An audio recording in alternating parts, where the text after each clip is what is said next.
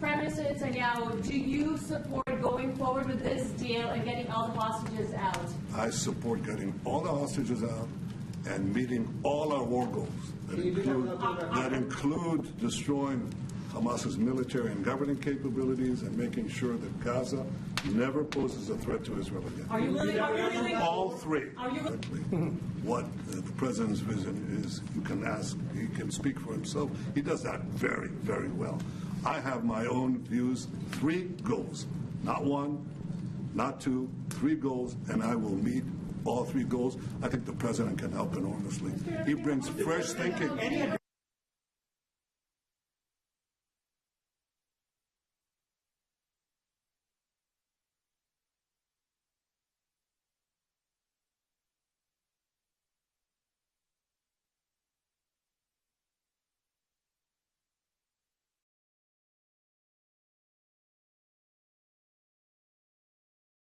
The U.S. will take over the Gaza Strip, and we will do a job with it, too.